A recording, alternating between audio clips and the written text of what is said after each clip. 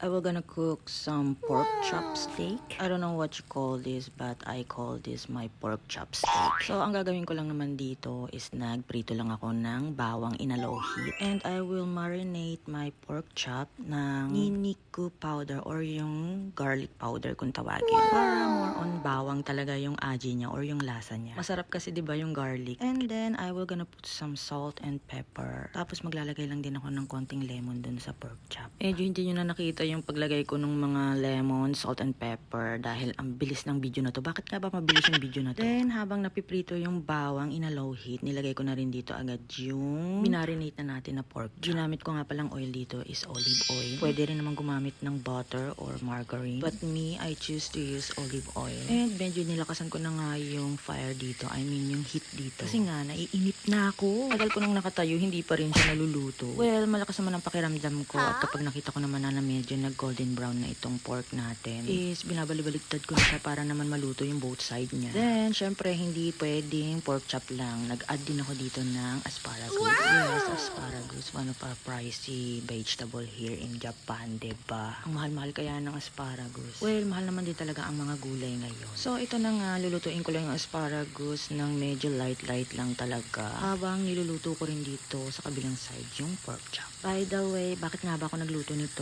Kasi nga gusto kong kumain ng pork chop. Pero parang hindi naman ako ang makakakain nito dahil nga dumating na nga ang mag-aama ko. At nagparinig na nga sila na sila daw ay nagugutom. Paano naman kaya ito? Dadalawa lang kaya ang aking pinirito. Imbis naman kapag solo flight ako sa pagkain nito is hindi ko naman siya magagawa ngayon. Dahil nga nanay tayo, syempre uunahin natin sila, diba? Yung isusubo mo na lang is ibibigay mo pa. Ay nako, iba talaga kapag ka nanay ka at saka asawa ka. Ikaw lagi ang nagbibigay. Well, hindi ko naman nila lahat kasi yung iba naman dyan is hindi naman ganon, diba? So, yung magsasabi dyan give and take. And then, meron din naman yung asawa lang nila talaga yung nagbibigay. Well, iba-iba naman po tayo. Kaya, huwag nyo nang pansinin yung sinabi ko.